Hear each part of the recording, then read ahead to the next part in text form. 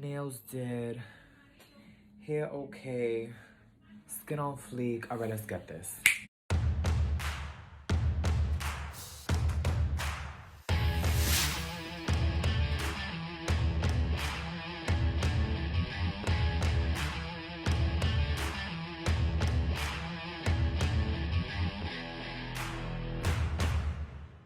What's good, my brujas and brujos? So I was inspired to do this video because I was on Instagram Live a couple of days ago, and someone mentioned to me along the lines, of trying to understand if two people have the same head owned by the same loa, how does that work in terms of magic? Like, who would pretty much, overpower the other, or how does that affect relationships if two people with the same head are dating?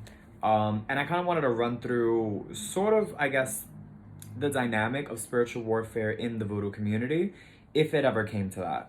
So first and foremost, I think it's important to understand how Loa works in terms of having a relationship with the individual. And realistically, we do all, when we come together on the feast day of the Loa, we are coming together to honor, that Loa in our lives, that misterio in our lives. We are honoring, we are thankful, we are just trying to let that spirit know, like, thank you so much for all the years of service to me and my family, protecting us, yada, yada, yada. But on a personal note, when you go home, that loa, you are responsible for. And in my book, The 21 Divisions Handbook, I talked a lot about, spiritual discipline and the types of spiritual disciplines that is necessary for you to grow a relationship with your loa. One of those being, for example, meditation and prayer. Meditation in order for you to hear the spirit, prayer for you to speak to the spirit. And a lot of people that tend to be lazy with this relationship with their loa, that is essentially what determines your power as a brujo or a bruja.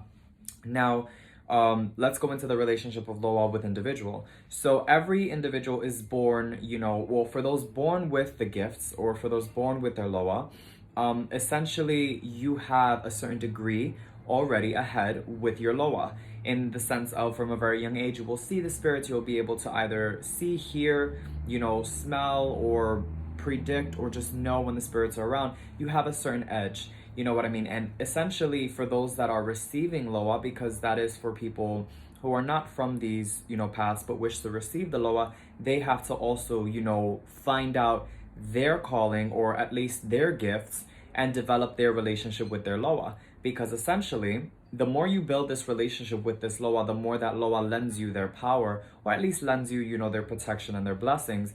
And all of this lending is essentially for you to go away from the altar and still have this power with you. So essentially, this means that if you are out in the world and you have the blessing or the protection of a Loa, that means that you don't always have to be at the altar in order to receive or have your Loa with you. So essentially, the altar is the building blocks for your relationship with your Loa, so that when you go out into the world, you essentially have the power of the Loa with you 24/7.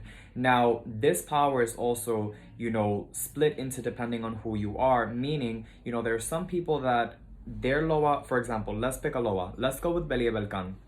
Some people's Belia Belkan, right? Because again, everyone that has a Loa, or everyone that has a Belia Belkan or receives a Belia Belkan, will receive the Belia Belkan that is appropriate to who they are or who they need. You see, so some people may receive a Belia Belkan that is better at healing with their hands than the next person that has received Belia Belkan to heal, period.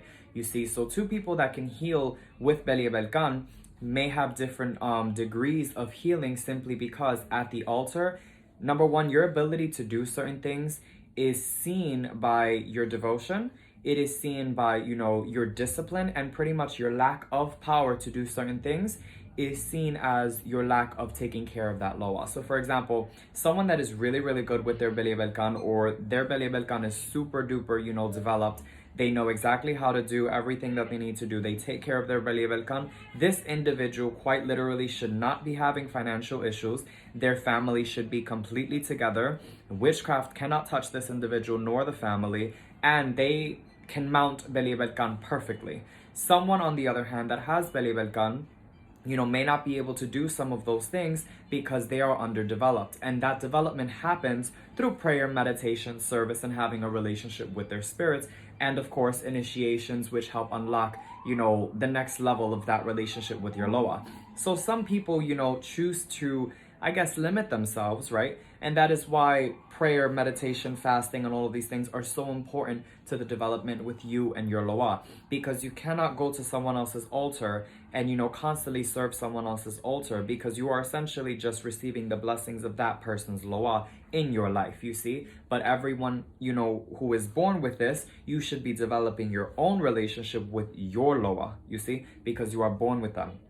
So essentially, as you continue to develop a relationship with them, you will notice that also your perceptions will change, your luck will change, your love life will change. People that are not supposed to be in your life will be removed automatically. And essentially, in you having this relationship with your Loa, protections such as not even needing to go to the altar, and you suddenly are protected from danger, violence, and things like that, just comes automatically because you already have that relationship with your Loa, you see. So the closer you get to your Loa, the more important it is for your overall health, life, mental health, and just so many things, especially depending on the power of your Loa.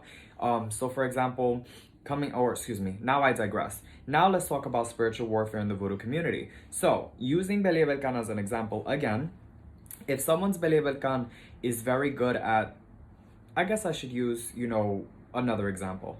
Let's say someone's Belkan, Honoloa. Let's say someone's Saint Martha, right? Because a lot of people wonder, if two children of Martha start fighting, who's gonna win? Okay, let's use Martha for example. If two people have Martha, right, and both children of Martha can perform black magic, have that punto, to do wangas, pretty much, whose wanga is stronger against who, you see? In this case, we must understand that the Loa are not ignorant. The Loa see what you're doing.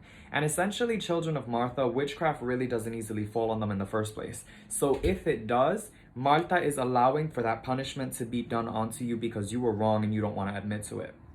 Essentially, when two children of Martha are fighting, she's going to get in the middle. And in this case, if one spell really overpowers the other person, it really means that the other person is either not taking care of their Martha or quite literally does not take care of their altar. When this happens, when you do not, build your faith, build your relationship with your spirit, you're essentially saying, well, I don't need your help, I don't need your protection. So when witchcraft falls on you, essentially, this spirit is trying to let you know, like, yo, you could take care of me, I could protect you, but you out here, ignoring me. So whose fault is that, you see? So if it's really in that case, and if it does fall on you while you have been building yourself, again, that's when it comes into Martha's place and she says, well, either you deserve this or, I'd rather me punish you than let one of my other children punish you. So do this, revoke that shit, break it, because they're using me against you.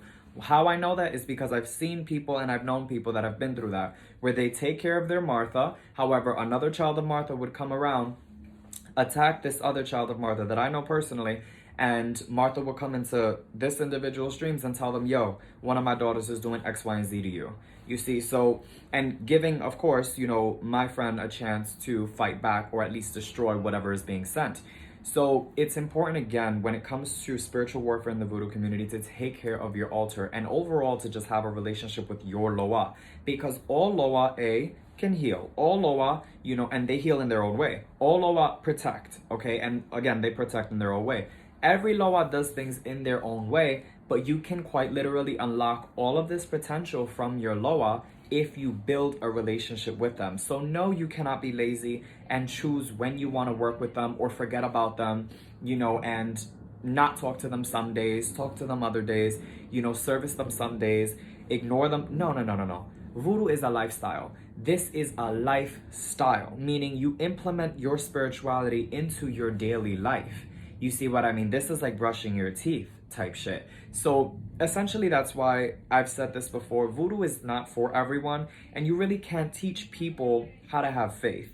This is a path that essentially you learn to have faith on your own. No one can teach you that, and no one can also teach you how to be devoted. You must want that for yourself. You must want that for your family too, because these Loa, they protect the family as well. The stronger you get them, meaning the closer you get to them, the more potential you are unlocking for yourself and for overall your life. And yes, these loa will test you to test your faith, to show you how to have faith. And one of the biggest things that they do to test us is some days they quite literally make us feel like they're not around and like they're not watching, because they're testing your faith. In those moments, you have to show them, I have faith in you and I know what I have to do. And what I have to do is declare myself free, declare that you are with me, pray to you, and know that you're going to handle it. That is one way of having faith. And that is something that they teach us the hard way, by putting us through hardships so that we can overcome those things, learn our life lessons through those hardships, and learn how to be stronger with our loa. But that's all I wanted to give you guys today. I hope this video was, informative for a lot of you that wondered, how is warfare handled, and what happens and who's stronger than who in cases like that, because I really want this video to clarify something big. Number one, no one is more powerful than God in the first place. You understand? So when no one is more powerful than God, and you get closer to God by getting closer to your loa, essentially, there is no one that can bring you down or take away what you have worked for. In other words, no one can take away your light. So if you have been working your ass off, serving your altar, guaranteed you're protected. And sometimes the loa don't even tell you that there's an attack against you, because you don't have to worry about it. They got you. They got your back, okay? And it's necessary to remember that, because that comes with faith, you see? So I hope this video, answered a lot of the questions regarding who's stronger than whom, because realistically, no one is stronger than God. But luz y progreso, I hope you all are praying. I hope you all are keeping yourselves, strong with your altar during COVID, because I know that during this time, a lot of anxiety, a lot of depression due to deaths are arise, okay? Barron is quite literally taking a broom around the whole country. So keep yourself safe, okay? I hope everyone is doing well. Luz y progreso. We'll talk soon.